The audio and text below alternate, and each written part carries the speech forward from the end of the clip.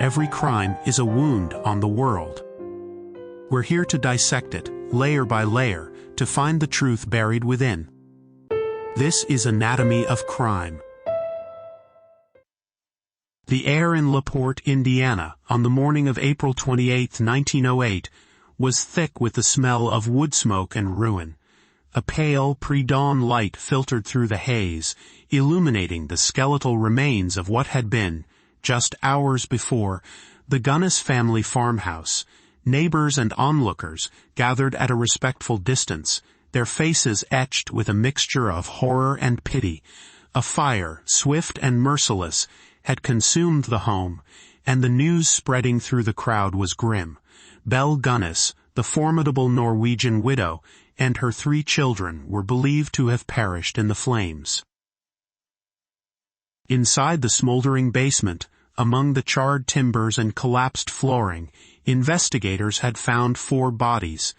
3 were small, unmistakably those of the children, Myrtle, Lucy, and Philip.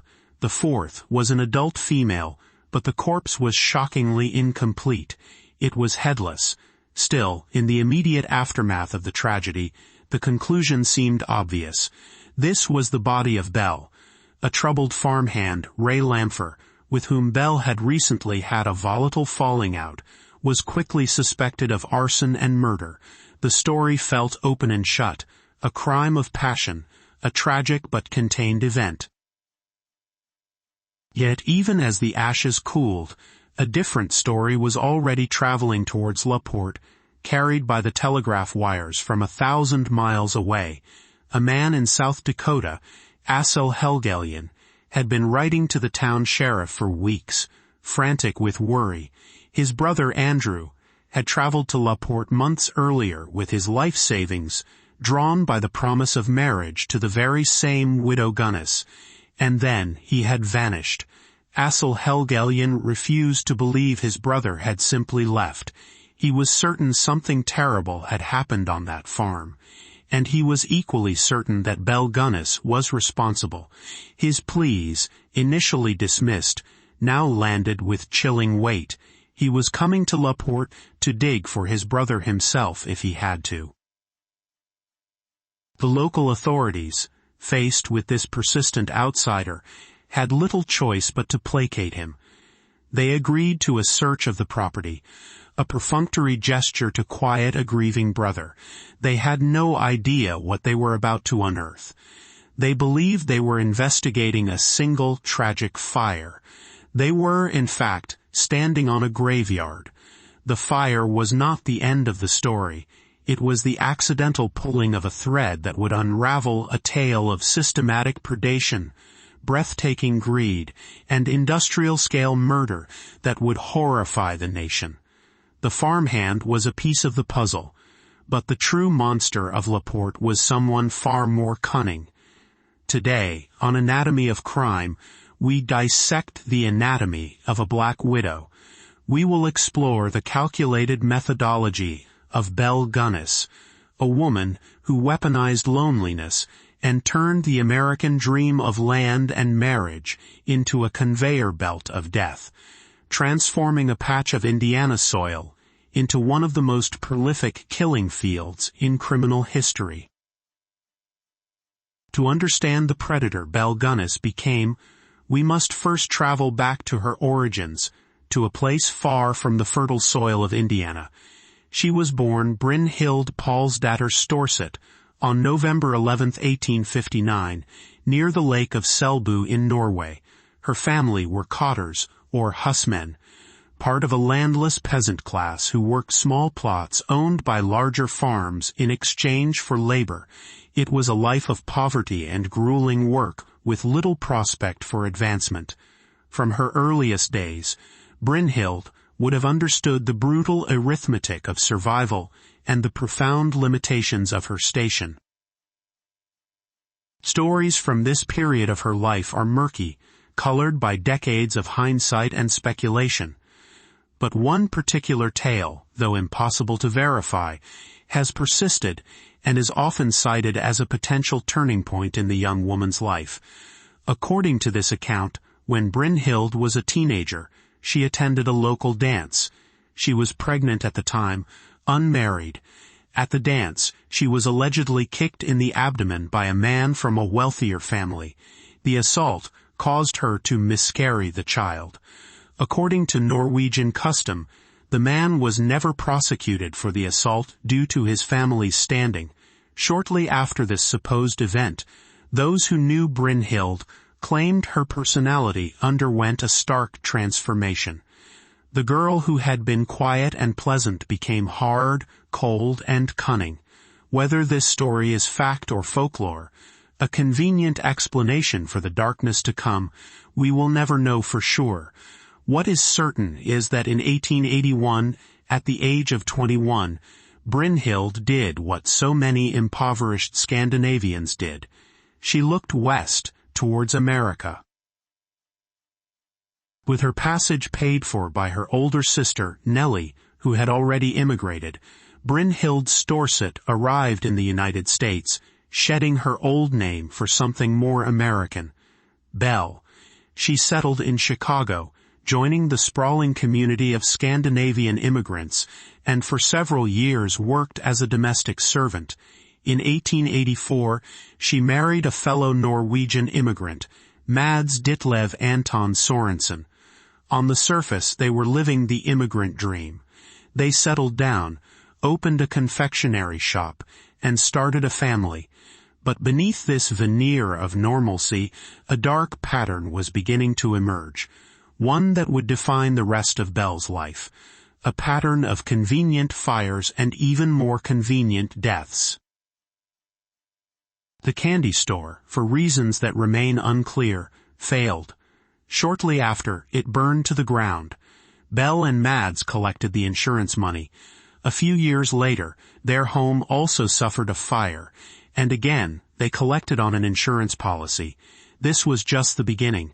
The couple had 4 children: Caroline, Axel, Myrtle, and Lucy. Of these 4, the 2 eldest, Caroline and Axel, died in infancy. The official causes of death were listed as acute colitis, while infant mortality was tragically high in the crowded, often unsanitary conditions of 19th century American cities. The symptoms of colitis, diarrhea, abdominal cramps, and inflammation are strikingly similar to the symptoms of certain types of poisoning. It would later be discovered that both children had been insured, and Belle had collected the payouts. The final act of her Chicago life came on July 30th, 1900. On that day, her husband Mads Sorensen died. The diagnosis was an enlarged heart, yet the timing was, to say the least, suspicious. Mads died on the very day that 2 separate life insurance policies on him overlapped. One was expiring, and a new, larger one was just beginning. Belle had expertly timed it so she could collect on both. Mads's family was immediately suspicious. One of his relatives would later say that Mads had confided in her, terrified, claiming that his wife had served him a white powder with his dinner, and that his health had rapidly declined ever since. They demanded an inquiry. A coroner's inquest was convened, but no definitive evidence of foul play was found. The official cause of death stood. Belle, now a widow, collected the equivalent of over $250,000 in today's money. With her 2 surviving daughters, Myrtle and Lucy, and her newfound wealth, she left Chicago behind. She told her former in-laws she was seeking a quieter, safer life for her children. In 1901, she bought a 48-acre farm on the outskirts of La Porte, Indiana. The community saw a respectable, hard-working widow seeking a fresh start. They had no idea they were welcoming a seasoned killer who was just beginning to perfect her craft. The farm Belle purchased was secluded, set back from the main road, offering a crucial measure of privacy. It was here that she would construct her intricate web of deceit. Not long after arriving in La Porte, she met a local man, a Norwegian-born widower named Belle Gunness. He was a butcher by trade, with 2 infant daughters of his own. They married in April 1902, just 5 months after she bought the farm. The union, however, was tragically, and perhaps predictably, short-lived. Within a week of the wedding, while Peter was away from the house, his youngest infant daughter died of unknown causes while under Belle's care. The death was deemed a sad but unremarkable tragedy. Then, a mere 8 months later, Peter himself met a bizarre and gruesome end. According to Belle's account to the authorities, it was a freak accident. She claimed that a heavy sausage grinder and a container of hot brine had inexplicably fallen from a high shelf in the kitchen, striking Peter on the head and killing him instantly. The story was absurd on its face. How could such a combination of objects fall with such lethal force? Peter's surviving daughter, a toddler named Jenny, reportedly told relatives a different story. "Mama killed Papa," she allegedly said. "She hit him with a meat cleaver." But Belle was convincing. She was a grieving widow, pregnant with Peter's child, a boy she would name Philip. The coroner, perhaps swayed by her performance, or simply unwilling to suspect a respectable woman, accepted her version of events. Peter Gunness's death was officially ruled an accident. Once again, Belle collected on a life insurance policy. Shortly after Peter's death, his only remaining child, Jenny, the little girl who may have witnessed her father's murder, disappeared. When neighbors asked where the child was, Belle told them she had sent her to live with relatives in California. Jenny was never seen again. Her body would later be among the first identified in the farm's mass grave. Now a 2-time widow with a growing farm and a significant amount of capital, Belle Gunness was free to begin the most prolific and horrifying phase of her criminal career. She was no longer relying on chance or the confines of marriage. She was going into business, the business of murder. Her tool was not the dagger or the gun, but the carefully crafted words of a matrimonial advertisement, placed in the lonely hearts columns of Scandinavian language newspapers circulating throughout the Midwest. Her ads were masterpieces of manipulation. She presented herself as a woman of means, a comely widow who owned a beautiful, profitable farm. She was looking for a kind, trustworthy gentleman of Scandinavian descent to be her partner in life. She hinted at a comfortable future, a peaceful retirement, and the warmth of companionship. To the lonely, hard-working immigrant farmers and laborers who read these ads, men who had spent their lives toiling in solitude, the offer was irresistible. It was the promise of everything they had worked for. But her letters to the men who responded contained a crucial set of instructions. She wanted them to prove their sincerity. To show they were serious, they should sell their belongings, liquidate their assets, and bring all their cash with them to the Porte farm. It was, she explained, a way for them to pool their resources and begin their new life together on a strong financial footing. And she added one more vital condition. They were to tell no one where they were going. It was to be their secret, a romantic escape. This masterstroke of psychological manipulation ensured her victims would arrive with their entire net worth in hand, and that when they vanished, no one would know where to start looking. And so they came, a steady stream of middle-aged men, their pockets filled with cash, their hearts filled with hope.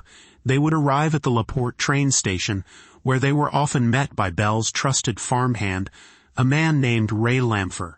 Lamfer would drive them out to the secluded farm. What happened next can only be pieced together from later confessions and the grim evidence buried in the soil. The suitors would be welcomed by Belle, perhaps treated to a lavish dinner. She was known to be a fantastic cook. In their coffee or their food, she would mix a sedative. Once the man was unconscious or disoriented, the end would come swiftly. Belle was a woman of formidable physical strength. standing nearly 6 feet tall and weighing over 200 pounds. Using a cleaver or a hammer, she would end their lives. The next step in her methodical process took place in the cellar. There, she would dismember the bodies on a large butchering table. It was a gruesome assembly line process. The remains would then be treated with quicklime to hasten decomposition, packaged in burlap sacks, and buried under the cover of darkness in the soft earth of her hog pen and other secluded spots around the farm. The victim's cash was hers. His existence was erased. The farm would fall silent, ready for the next lonely heart to answer her call. The list of men who made their final journey to La Porte is long and haunting. There was John Moe from Elbow Lake, Minnesota, who arrived in 1906 with over $1,000 and was never heard from again. There was Ole Budsberg from Iola, Wisconsin, who mortgaged his farm and left for La Porte. Telling friends he was going to marry a wealthy widow, he disappeared, leaving behind 2 sons. There was a litany of others, men from Wisconsin, Illinois, Minnesota, the Dakotas, all drawn in by the same false promise. Belle's neighbors in La Porte noticed the steady parade of male visitors. When asked, Belle would explain them away. They were cousins, relatives, men looking to buy livestock. Her explanations were always plausible enough to deflect suspicion. For years, her grisly enterprise operated with chilling efficiency, right under the noses of a quiet, unsuspecting community. But no system is perfect. Eventually, a victim would arrive, who was not so easily erased. His name was Andrew Helgelien, a farmer from Aberdeen, South Dakota.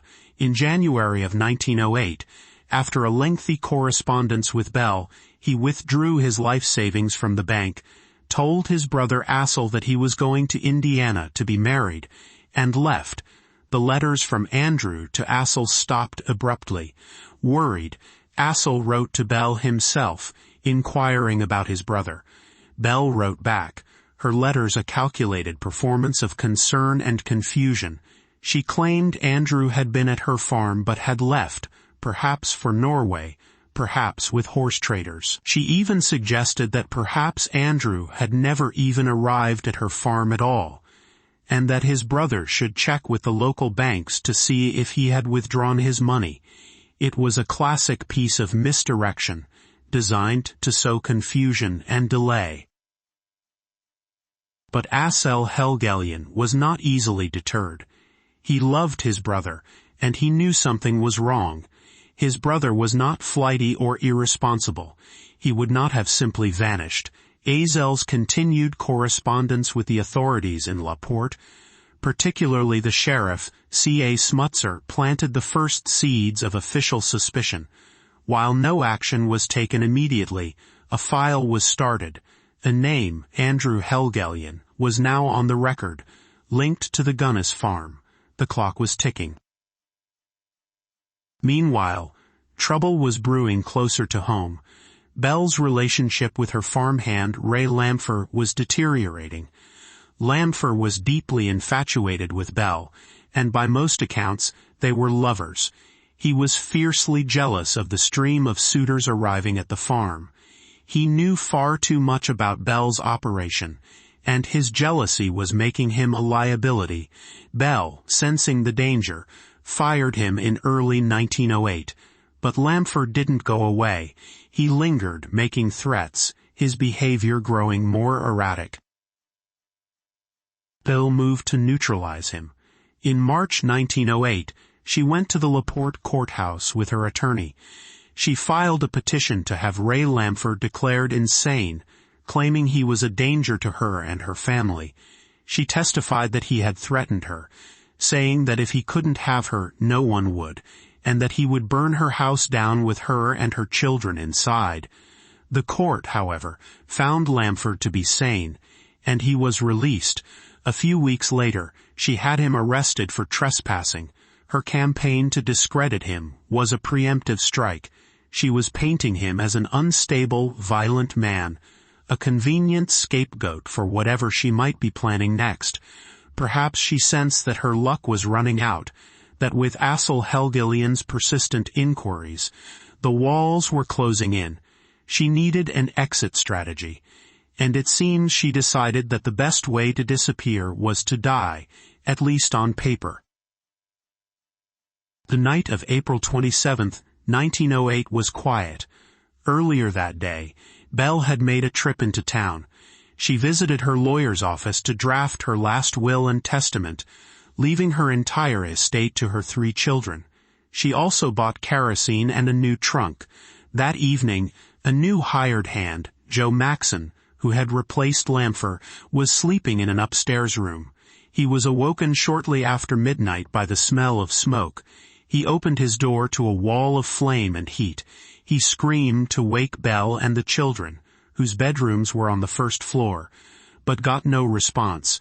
Trapped, Maxon was forced to leap from his second-story window to safety, injuring himself in the process.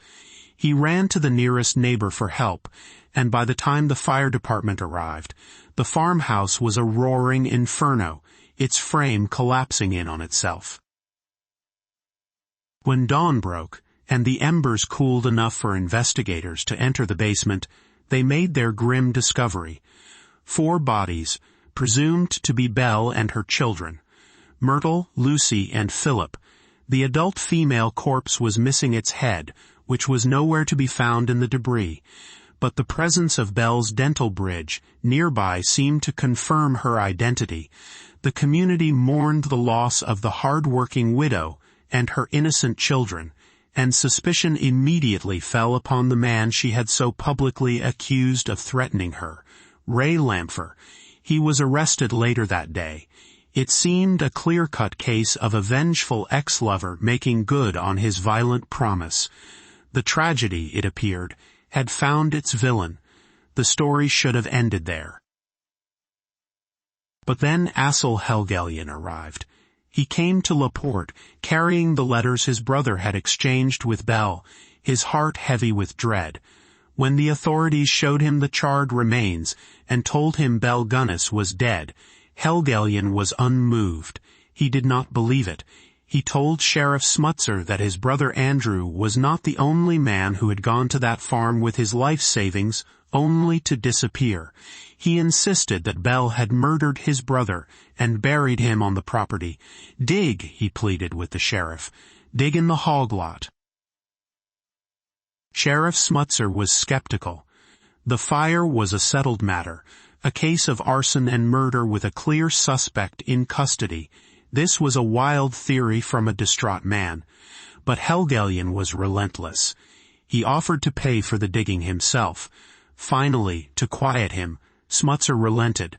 On May 3, 1908, a small group of men, including Assel Helgelion and Joe Maxon, the hired hand who had survived the fire, went to the Gunness farm with shovels. Maxon pointed out several soft depressions in the ground within the hog enclosure, places where he'd seen Belle digging at night.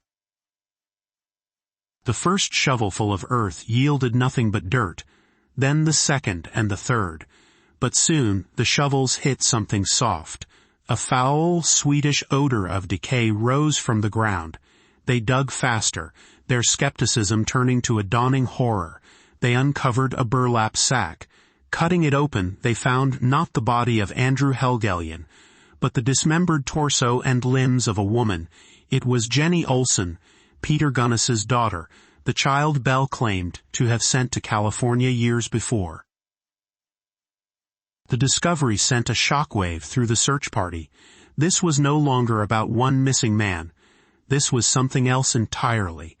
They kept digging. The ground in the hog pen was a bizarre patchwork of soft earth and refuse. One by one, the gruesome discoveries were made.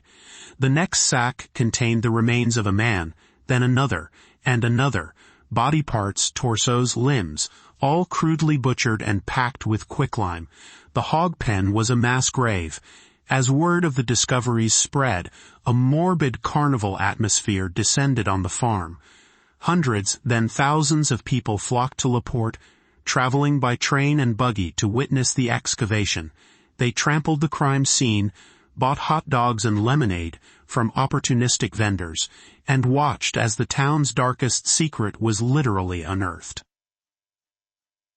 The digging continued for days, expanding from the hog pen to the privy, the garden, and the dirt floor of the cellar. The final tally was staggering. The official count was 12 bodies, though the dismembered state of the remains made an exact count difficult, and many believed the true number was much higher, perhaps as many as 40. Among the identifiable remains was Andrew Helgelien, his body found just where his brother had predicted it would be. Personal effects found with the bodies, watches, rings, papers, helped to identify other victims like Old Budsberg. La Porte, a sleepy Indiana town, was now infamous, home to a murder farm and a female Bluebeard. The story became a national sensation. But in the midst of the horror, a central question remained, a question that complicated the entire case against Ray Lampher. Where was Belle Gunness? As forensic experts examined the headless corpse from the fire, doubts about its identity began to grow. Belle was known to be a large, robust woman. Dr. J. H. William Meyer, a Chicago anatomist, examined the remains and took careful measurements. He declared that the body was at least 5 inches shorter and 50 to 70 pounds lighter than Belle Gunness was known to have been in life. Furthermore, an analysis of the stomach contents revealed traces of strychnine, suggesting the victim had been poisoned before the fire. Then came the most damning piece of evidence. A local dentist, Dr. Ira P. Norton, examined the dental bridge found in the ashes. He stated unequivocally that it did not belong to Belle Gunness. He had done her dental work for years and kept meticulous records. The bridge, he said, was not his work and did not match her needs. The conclusion was as inescapable as it was terrifying. The headless body in the basement was not Belle. It was a decoy, a stand-in, likely a transient woman lured to the farm for this very purpose. Belle Gunness, the architect of this slaughterhouse, had staged her own death, set fire to her own home, murdered her own children, and vanished. This revelation completely changed the trial of Ray Lampher. He went from being the primary villain to a potential pawn in a much larger, more diabolical scheme. His trial began in November 1908. The prosecution argued that Lampher, in a jealous rage, had murdered Belle and her children and set the fire to cover his tracks. They claimed the headless corpse was indeed Belle, and that the dissenting medical and dental testimony was flawed. They presented him as the sole perpetrator. Lampher's defense, led by attorney Wirt Worden, painted a very different picture. They argued that Lampher was not the killer, but a victim of Belle's manipulation. Their star witness was the headless corpse itself, or rather, the evidence that it was not Belle. They argued that Belle had murdered a transient, planted the body, and fled. Lampher, they contended, may have been involved in the arson, perhaps helping her stage the scene out of some misguided loyalty or fear, but he was not the killer. The central mystery of Belle's whereabouts loomed over the entire proceeding. Did she escape? If so, Lampher could not have murdered her. The jury was faced with a bizarre and confusing case. After 54 hours of deliberation, they reached a compromise verdict. They found Ray Lampher not guilty of murder, but guilty of arson. The verdict reflected their uncertainty. They clearly did not believe he was the mastermind behind the slaughter, but they couldn't fully exonerate him either. He was sentenced to 20 years in the Indiana State Prison. Lampher would not serve much of his sentence. He died in prison of tuberculosis just over a year later, in December 1909. But before he died, he reportedly gave a full confession, not to the crime he was convicted of, but to the crimes of the woman who had framed him. His confession, given to a fellow inmate and allegedly to a minister, Reverend Edwin Skell, laid bare the entire gruesome operation of the murder farm. According to Lamfer's account, he was Belle's willing accomplice for a time, though he maintained he never killed anyone himself. He described her methods with chilling precision. He explained how she would lure the men to the farm, welcome them, and then drug their coffee at dinner. While the man was in a stupor, Belle would strike him on the head with a heavy mallet. Sometimes, if the man was still alive, she would finish the job with chloroform or a meat cleaver. He described the process in the cellar, how she would lay the body on a table, expertly dismember it, and then bundle the pieces into sacks. He admitted to helping her bury the remains in the hog pen. He claimed her motives were simple and absolute: greed. It was never about passion or revenge. It was a cold commercial enterprise. Lamfer's confession also provided a narrative for the fire. He claimed Belle had grown paranoid, certain that Andrew Helgilian's family would expose her. She decided to flee. She lured a housekeeper from Chicago to the farm, a woman of no consequence whose disappearance would not be noted. This woman, he claimed, was the headless body in the cellar. Belle drugged and murdered her, then decapitated the corpse to obscure its identity. She then smothered her own children, Myrtle, Lucy, and Philip, in their beds. She dressed the decoy body in her old clothes, placed her dental bridge near it, took her vast fortune, estimated to be as much as $250,000, a staggering sum for the time, and set the house ablaze. According to Lamfer, he drove her to a nearby train station, and she disappeared into the night. The confession provided a neat and horrifying solution to the puzzle of the LaPorte murder farm. But because it was a deathbed confession, told secondhand, its absolute truthfulness will always be a matter of debate. It did, however, cement the legend of Belle Gunness as a monster of almost mythical cunning and cruelty, a woman who had successfully engineered one of an audacious and successful getaway in the annals of American crime. The search for Belle Gunness became one of the most extensive manhunts of the early 20th century. Sightings were reported from all over the country for decades. Was that her in Chicago, San Francisco, New York? Every time a middle-aged woman of Norwegian descent was arrested for a crime, speculation would fly. But Belle was never definitively found. The case grew cold, passing from news into folklore. Decades later, however, a tantalizing and perplexing postscript to the story emerged. In 1931, a woman named Esther Carlson died in Los Angeles while awaiting trial for poisoning a man for his money. She was a woman of the right age and, according to those who knew Belle, bore a striking resemblance to the vanished killer. When her effects were inventoried, authorities found a photograph of two children who looked identical to Belle Gunness's children, as well as a postcard of a farm in the Midwest. Most intriguingly, after her death, two women who had known Belle in Chicago came forward to identify Esther Carlson's body.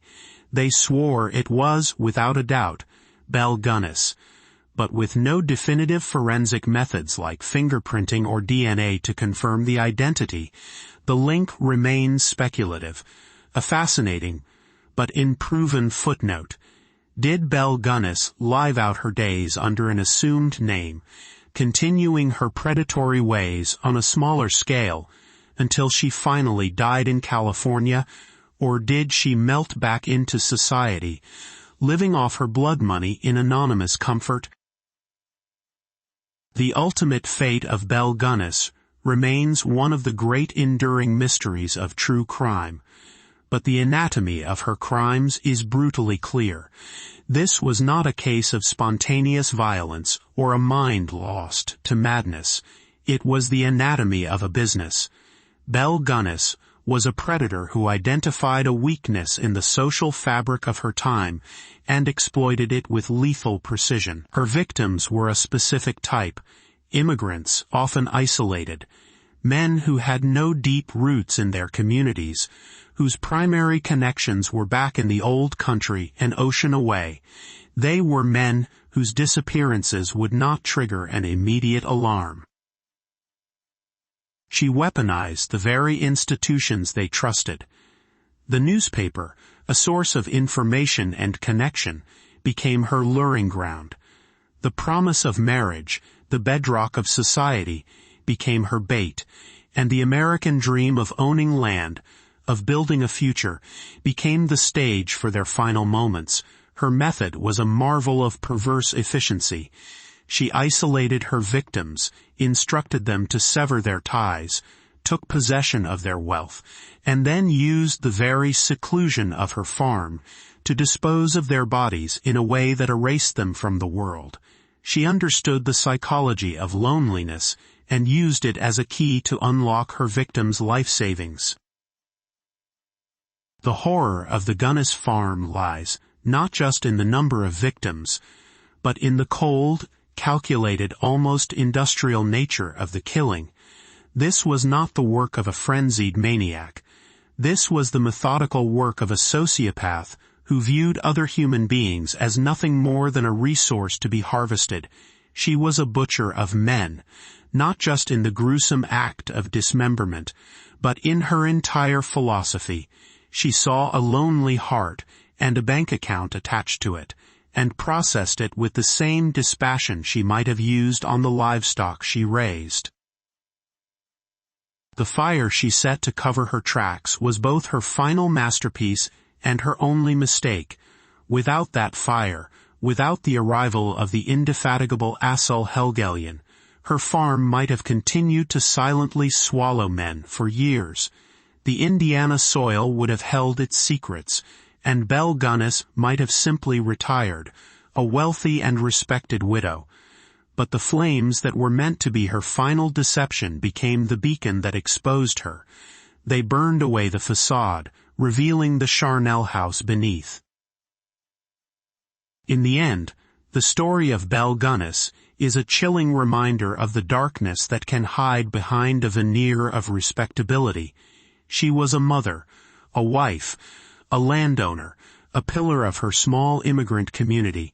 She was also one of history's most ruthless and prolific serial killers. The headless corpse found in her basement was intended to be her final, definitive statement, a declaration of her own death. Instead, it became a question mark that has endured for over a century, a symbol of a monster who may have committed the perfect crime, not in the killing, but in the final, terrifying act of walking away. This has been Anatomy of Crime, where the truth is never simple, but always worth seeking.